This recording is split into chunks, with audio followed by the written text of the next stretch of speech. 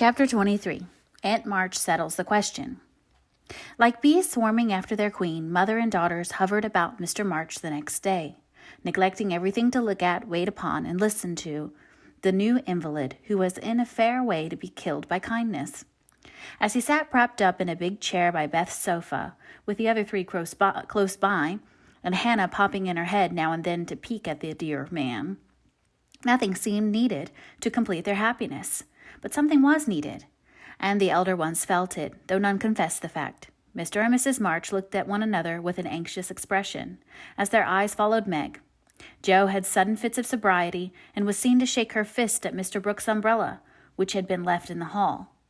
Meg was absent-minded, shy, and silent, started when the bell rang, and colored when John's name was mentioned. Amy said, "Everyone seemed waiting for something, and couldn't settle down, which was queer since father was safe at home." And Beth innocently wondered why their neighbors didn't run over as usual. Laurie went by in the afternoon, and seeing Meg at the window, seemed suddenly possessed with a melodramatic fit, for he fell down on one knee in the snow, beat his breast, tore his hair, and clasped his hands imploringly, as if begging some boon. And when Meg told him to behave himself and go away, he wrung imaginary tears out of his handkerchief, and staggered round the corner as if in utter despair. "What does the goose mean?" said Meg, laughing and trying to look unconscious. "He's showing you how your John will go on by and by. Touching, isn't it?" answered Jo scornfully. "Don't say my John. It isn't proper or true." But Meg's voice lingered over the words as if they sounded pleasant to her. "Please don't plague me, Jo. I've told you I don't care much about him, and there isn't to be anything said, but we are all to be friendly and go on as before." "We can't, for something has been said, and Laurie's mischief has spoiled you for me. I see it, and so does Mother.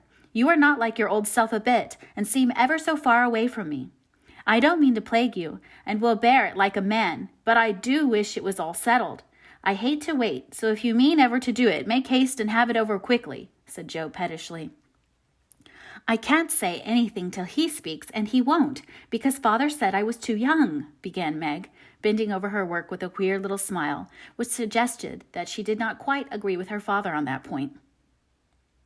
"If he did speak, you wouldn't know what to say, but would cry or blush or let him have his own way instead of giving a good decided no." "I'm not so silly and weak as you think. I know just what I should say, for I've planned it all, so I needn't be taken unawares. There's no knowing what may happen, and I wish to be prepared." Jo couldn't help smiling at the important air which Meg had unconsciously assumed, and which was as becoming as the pretty color varying in her cheeks. "Would you mind telling me what you'd say?" asked Jo more respectfully. "Not at all. You are 16 now, quite old enough to be my confidant, and my experience will be useful to you by and by, perhaps in your own affairs of this sort." "Don't mean to have any. It's fun to watch other people philander, but I should feel like a fool doing it myself," said Jo, looking alarmed at the thought. "I think not, if you liked anyone very much and he liked you." Meg spoke as if to herself, and glanced out at the lane, where she had often seen lovers walking together in the summer twilight. "I thought you were going to tell your speech to that man," said Jo, rudely shortening her sister's little reverie. "Oh, I should merely say, quite calmly and decidedly, 'Thank you, Mr. Brooke, you are very kind, but I agree with father that I am too young to enter into any engagement at present, so please say no more, but let us be friends as we were.'" That's stiff and cool enough. I don't believe you'll ever say it, and I know he won't be satisfied if you do. If he goes on like the rejected lovers in books, you'll give in rather than hurt his feelings." "No, I won't. I shall tell him I've made up my mind and shall walk out of the room with dignity." Meg rose as she spoke, and was just going to rehearse the dignified exit, when a step in the hall made her fly into her seat and begin to sew as fast as if her life depended on finishing that particular seam in a given time. Jo smothered a laugh at the sudden change, and when someone gave a modest tap, opened the door with a grim aspect which was anything but hospitable. "Good afternoon. I came to get my umbrella, that is, to see how your father finds himself today," said Mr. Brooke, getting a trifle confused as his eyes went from one telltale face to the other. "It's very well. He's in the rack. I'll get him and tell it you are here." And having jumbled her father and the umbrella well together in her reply, Jo slipped out of the room to give Meg a chance to make her speech and air her dignity. But the instant she vanished, Meg began to sidle toward the door, murmuring, "Mother will like to see you. Pray sit down. I'll call her." "Don't go." "Are you afraid of me, Margaret?" And Mr. Brooke looked so hurt that Meg thought she must have done something very rude. She blushed up to the little curls in her forehead, for he had never called her Margaret before, and she was surprised to find how natural and sweet it seemed to hear him say it. Anxious to appear friendly and at her ease, she put out her hand with a confiding gesture and said gratefully, "How can I be afraid when you have been so kind to Father? I only wish I could thank you for it." "Shall I tell you how?" asked Mr. Brooke, holding the small hand fast in both his own, and looking down at Meg with so much love in the brown eyes that her heart began to flutter, and she both longed to run away and to stop and listen. "Oh, no, please don't. I'd rather not," she said, trying to withdraw her hand and looking frightened in spite of her denial. "I won't trouble you. I only want to know if you care for me a little, Meg. I love you so much, dear," added Mr. Brooke tenderly. This was the moment for the calm, proper speech. But Meg didn't make it. She forgot every word of it, hung her head, and answered, "I don't know," so softly that John had to stoop down to catch the foolish little reply. He seemed to think it was worth the trouble, for he smiled to himself as if quite satisfied, pressed the plump hand gratefully, and said in his most persuasive tone, "Will you try and find out? I want to know so much, for I can't go to work with any heart until I learn whether I am to have my reward in the end or not."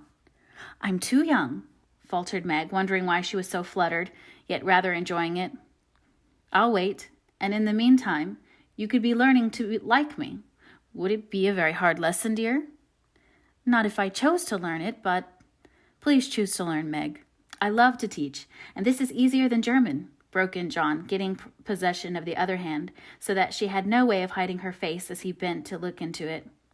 His tone was properly beseeching, but stealing a shy look at him, Meg saw that his eyes were merry as well as tender, and that he wore the satisfied smile of one who had no doubt of his success. This nettled her. Annie Moffat's foolish lessons in coquetry came into her mind, and the love of power, which sleeps in the bosoms of the best of little women, woke up all of a sudden and took possession of her. She felt excited and strange, and not knowing what else to do, followed a capricious impulse, and withdrawing her hand, said petulantly, "I don't choose. Please go away and let me be." Poor Mr. Brooke looked as if his lovely castle in the air was tumbling about his ears, for he had never seen Meg in such a mood before, and it rather bewildered him. "Do you really mean that?" he asked anxiously, following her as she walked away. "Yes, I do. I don't want to be worried about such things. Father says I needn't. It's too soon, and I'd rather not." "Mayn't I hope you'll change your mind by and by? I'll wait and say nothing till you have had more time. Don't play with me, Meg. I didn't think that of you." "Don't think of me at all. I'd rather you wouldn't," said Meg, taking a naughty satisfaction in trying her lover's patience and her own power. He was grave and pale now, and looked decidedly more like the novel heroes whom she admired. But he neither slapped his forehead nor tramped about the room as they did. He just stood looking at her so wistfully, so tenderly, that she found her heart relenting in spite of herself. What would have happened next I cannot say, if Aunt March had not come hobbling in at this interesting minute. The old lady couldn't resist her longing to see her nephew, for she had met Laurie as she took her airing, and hearing of Mr. March's arrival, drove straight out to see him. The family were all busy in the back part of the house, and she had made her way quietly in, hoping to surprise them.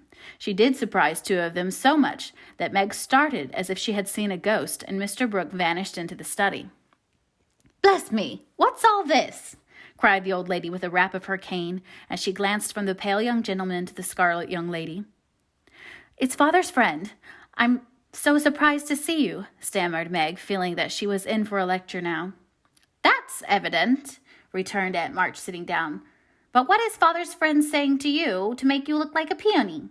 There's mischief going on, and I insist upon knowing what it is," with another rap. "We were only talking. Mr. Brooke came for his umbrella," began Meg, wishing that Mr. Brooke and the umbrella were safely out of the house. "That boy's tutor? Ah, I understand now. I know all about it. Joe blundered into a wrong message in one of your father's letters, and I made her tell me. You haven't gone and accepted him, child," cried Aunt March, looking scandalized. "Hush, he'll hear." "Shan't I call Mother?" said Meg, much troubled. "Not yet. I've something to say to you, and I must free my mind at once. Tell me, do you mean to marry this cook? If you do, not 1 penny of my money ever goes to you. Remember that, and be a sensible girl," said the old lady impressively. Now Aunt March possessed in perfection the art of rousing the spirit of opposition in the gentlest people, and enjoyed doing it. The best of us have a spice of perversity in us, especially when we are young and in love. If Aunt March had begged Meg to accept John Brooke, she would probably have declared she couldn't think of it. But as she was peremptorily ordered not to like him, she immediately made up her mind that she would. Inclination as well as perversity made the decision easy, and being already much excited, Meg opposed the old lady with unusual spirit. "I shall marry whom I please, Aunt March, and you can leave your money to anyone you like," she said, nodding her head with a resolute air. "Highty-tighty, is that the way you take my advice, miss? You'll be sorry for it by and by, and when you've tried in a cottage and found it a failure." "It can't be a worse one than some people find in big houses," retorted Meg. Aunt March put on her glasses and took a look at the girl, for she did not know her in this mood. Meg hardly knew herself. She felt so brave and independent, so glad to defend John and assert her right to love him, if she liked. Aunt March saw that she had begun wrong, and after a little pause made a fresh start, saying as mildly as she could, "Now, Meg, dear, be reasonable and take my advice. I mean it kindly, and don't want you to spoil your whole life by making a mistake at the beginning. You ought to marry well and help your family. It's your duty to make a rich match, and it ought to be impressed upon you." "Father and Mother don't think so. They like John, though he is poor." "Your parents, my dear, have no more worldly wisdom than a pair of babies." "I'm glad of it," cried Meg stoutly. Aunt March took no notice, but went on with the lecture. "This Rook is poor and hasn't got any rich relations, has he?" "No, but he has many warm friends." "You can't live on friends. Try it and see how cool they grow." "He hasn't any business, has he?" "Not yet. Mr. Lawrence is going to help him." "That won't last long. James Lawrence is a crotchety old fellow and not to be depended on. So you intend to marry a man without money, position, or business, and go on working harder than you do now, when you might be comfortable all your days by minding me and doing better. I thought you had more sense, Meg." "I couldn't do better if I waited half my life. John is good and wise. He's got heaps of talent. He's willing to work and sure to get on. He's so energetic and brave. Everyone likes and respects him, and I'm proud to think he cares for me, though I am so poor and young and silly," said Meg, looking prettier than ever in her earnestness. "He knows you've got rich relations, child. That's the secret of his liking, I suspect." "Aunt March, how dare you say such a thing? John is above such meanness, and I won't listen to you a minute if you talk so," cried Meg indignantly, forgetting everything but the injustice of the old lady's suspicions. "My John wouldn't marry for money any more than I would. We are willing to work, and we mean to wait. I'm not afraid of being poor, for I've been happy so far, and I know I shall be with him because he loves me, and I—" Meg stopped there, remembering all of a sudden that she hadn't made up her mind, that she had told her John to go away, and that he might be overhearing her inconsistent remarks. Aunt March was very angry, for she had set her heart on having her pretty niece make a fine match, and something in the girl's happy young face made the lonely old woman feel both sad and sour.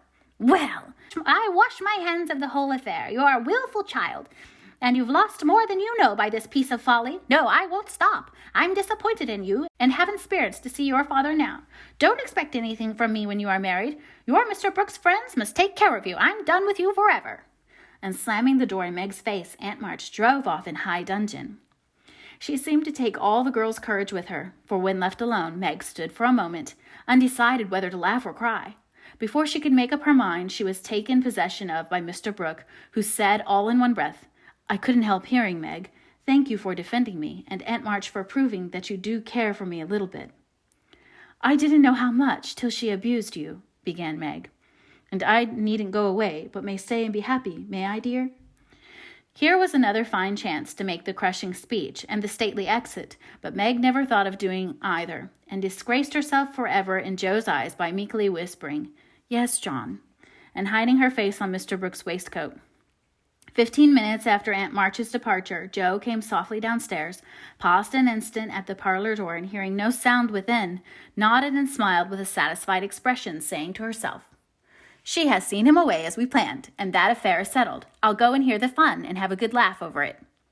But poor Joe never got her laugh, for she was transfixed upon the threshold by a spectacle which held her there, staring with her mouth nearly as wide open as her eyes, going in to exult over a fallen enemy and to praise a strong-minded sister for the banishment of an objectionable lover.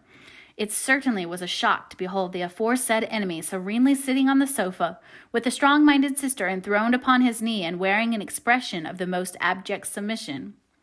Jo gave a sort of gasp, as if a cold shower bath had suddenly fallen upon her, for such an unexpected turning of the tables actually took her breath away. At the odd sound the lovers turned and saw her. Meg jumped up, looking both proud and shy, but that man, as Jo called him, actually laughing, and said coolly as he kissed the astonished newcomer, "Sister Jo, congratulate us." That was adding insult to injury. It was altogether too much, and making some wild demonstration with her hands, Jo vanished without a word.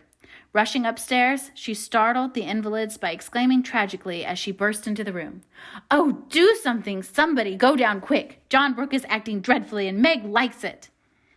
Mr. and Mrs. March left the room with speed, and casting herself upon the bed, Jo cried and scolded tempestuously as she told the awful news to Beth and Amy.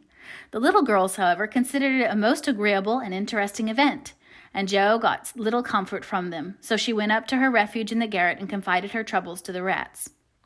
Nobody ever knew what went on in the parlor that afternoon, but a great deal of talking was done, and quiet Mr. Brooke astonished his friends by the eloquence and spirit with which he pleaded his suit, told his plans, and persuaded them to arrange everything just as he wanted it. The tea bell rang before he had finished describing the paradise which he meant to earn for Meg, and he proudly took her in to supper, both looking so happy that Jo hadn't the heart to be jealous or dismal. Amy was very much impressed by John's devotion and Meg's dignity. Beth beamed at them from a distance, while Mr. and Mrs. March surveyed the young couple with such tender satisfaction that it was perfectly evident Aunt March was right in calling them as unworldly as a pair of babies. No one ate much, but everyone looked very happy, and the old room seemed to brighten up amazingly when the first romance of the family began there. "You can't say nothing pleasant ever happens now, can you, Meg?" asked Amy, trying to decide how she would group the lovers in a sketch she was planning to make. "No, I'm sure I can't. How much has happened since I said that? It seems a year ago," answered Meg, who was in a blissful dream lifted far above such common things as bread and butter. "The joys come close upon the sorrows this time, and I rather think the changes have begun," said Mrs. March. "In most families there comes, now and then, a year full of events. This has been such a one, but it ends well after all." "Hope the next will end better," muttered Jo, who found it very hard to see Meg absorbed in a stranger before her face, for Jo loved a few persons very dearly, and dreaded to have their affection lost or lessened in any way. "I hope the third year from this will end better. I mean it shall, if I live to work out my plans," said Mr. Brooke, smiling at Meg as if everything had become possible to him now. "Doesn't it seem very long to wait?" asked Amy, who was in a hurry for the wedding.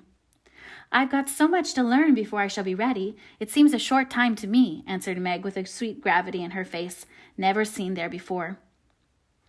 "You'll have only to wait. I am to do the work," said John, beginning his labors by picking up Meg's napkin, with an expression that caused Jo to shake her head, and then say to herself with an air of relief as the front door banged, "Here comes Laurie. Now we shall have some sensible conversation."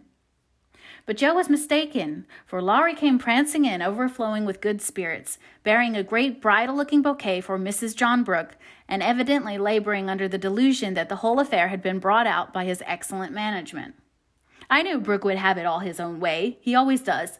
For when he makes up his mind to accomplish anything, it's done with though the sky falls," said Laurie, when he had presented his offering and his congratulations.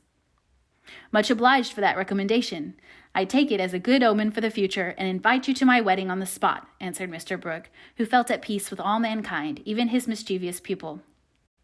"I'll come if I'm at the ends of the earth, for the sight of Jo's face alone on that occasion would be worth a long journey. You don't look festive, ma'am. What's the matter?" asked Laurie, following her into a corner of the parlor, whither all had adjourned to greet Mr. Lawrence.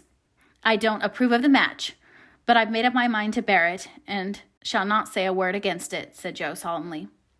"You can't know how hard it is for me to give up Meg," she continued with a little quiver in her voice. "You don't give her up. You only go halves," said Laurie consolingly.